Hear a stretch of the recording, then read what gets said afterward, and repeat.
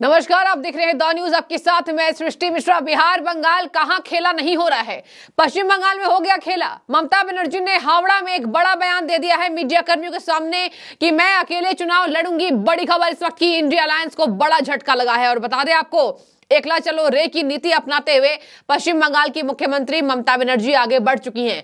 ममता बनर्जी पर राजनीति हावी है, ऐसा कांग्रेस कह रही है। घमंड में चूर है, सब भूल चुकी हैं।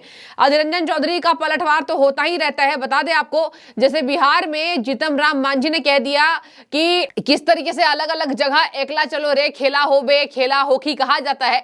बंगाल में खेला होबे कहा जाता है, बिहार में खेला होकी, बंगाल में हो गया खेला। पश्चिम बंगाल की मुख्यमंत्री पहले से ही अड़ी हुई है कि हम केवल 2 सीटें देंगे। कांग्रेस कह रही है कि 2 सीटें तो हम जीत सकते हैं। बड़ा दिल दिखाए ममता बनर्जी, लेकिन मुझे भीख नहीं चाहिए। अधीर रंजन चौधरी ने कह दिया था कि हमें भीख नहीं चाहिए, आपको नहीं देना है मत दीजिए, हम आपसे भीख मांगने नहीं जाएंगे। राजनीति आपने सोनिया गांधी और राजीव गांधी से सीखी और आज हम ही को घमंड दिखाती हैं। बता दें आपको, कांग्रेस पार्टी और टीएमसी के बीच ये आपसी मनमुटाव बढ़ता जा रहा है, यही बढ़ती जा रही है।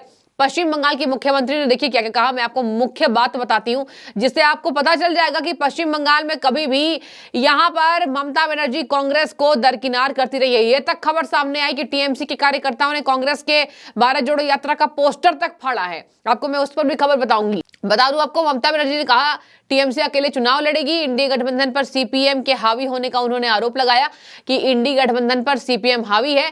ममता बोली बंगाल में बीजेपी को वो अकेले हरा सकती हैं। देखिए, उन्होंने साफ तौर पर कांग्रेस को आईना दिखाने का काम किया है कि आपकी जरूरत नहीं है, हम पश्चिम बंगाल में भाजपा को हरा सकते हैं। आगे ममता बनर्जी ने कहा राहुल गांधी की यात्रा के बारे में उन्हें कोई इंफॉर्मेशन नहीं दी गई। इसके साथ मैं आपको बता दूं, जिस तरीके से राहुल गांधी के ऊपर उन्होंने कहा कि राहुल गांधी की भारत जोड़ो यात्रा पर हमें कोई इंफॉर्मेशन नहीं दी गई और हम अकेले बीजेपी को हराने का दम रखते हैं, हम सभी धर्मों को साथ लेकर चलते हैं, हम सेक्युलर पार्टी है। राहुल गांधी की भारत जोड़ो यात्रा में न्याय यात्रा बंगाल के इतने पास है, उन्हें नहीं बुलाया गया है। बड़ा हमला ममता बनर्जी का। उन्होंने कहा कांग्रेस के साथ हमें सीट पर सोचने की जरूरत नहीं है।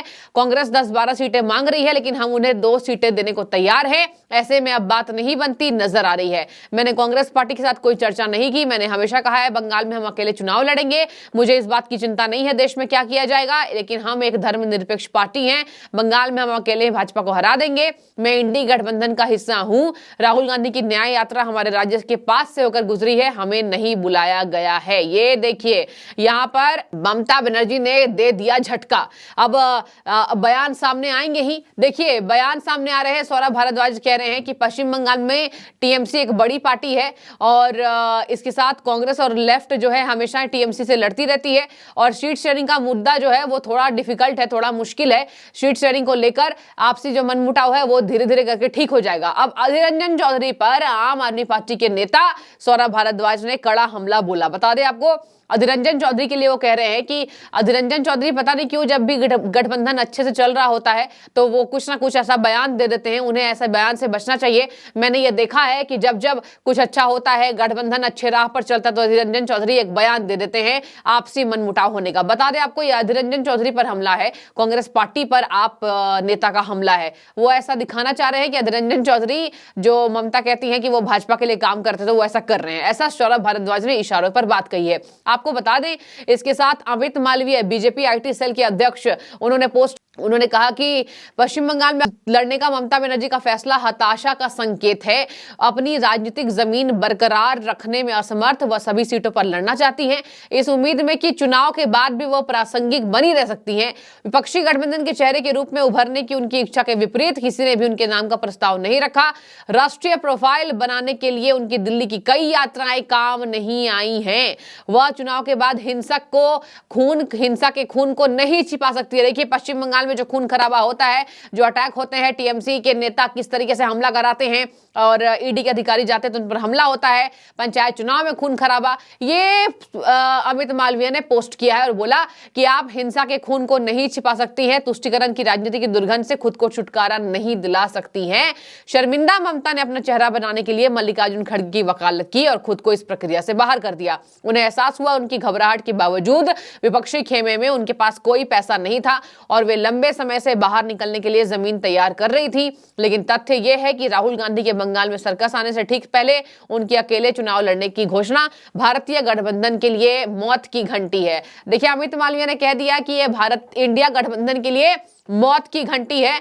जिस तरीके से ये पश्चिम बंगाल की ममता ने चुनाव यात्रा पश्चिम बंगाल में आने से ठीक पहले ऐसा ऐलान कर दिया। बता दें आपको, इस पर नेताओं की प्रतिक्रिया आ रही है और आरजेडी के सांसद मनोज झा ने देखिए क्या कहा। उन्होंने कहा कि प्लीज कुछ टाइम वेट कीजिए, मे बी स्टेटमेंट जो है वो पर्टिकुलर सिचुएशन के हिसाब से दिया जाता है और कन्फ्लिक्ट होता रहता है, वो सॉल्व भी हो जाएगा।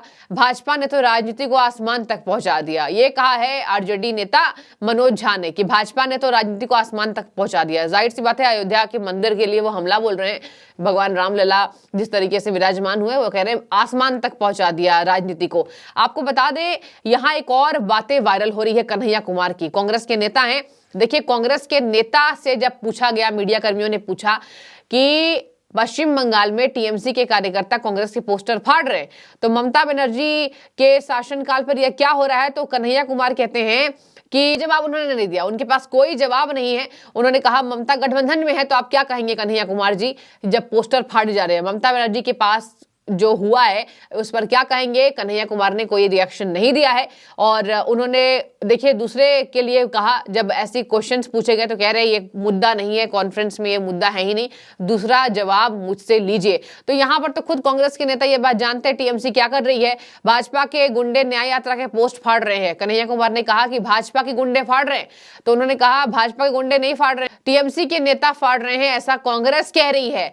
तब कन्हैया कुमार ने उस क्वेश्चन से जवाब से मुंह मोड़ लिया और कहा ये प्रेस कॉन्फ्रेंस दूसरे मुद्दे के लिए है। तो देखिए, ये तमाम बातें हैं पश्चिम बंगाल में सीट शेयरिंग को लेकर ममता बनर्जी को यह बात पता है कि हमें किसी के साथ मिलकर नहीं लड़ना है।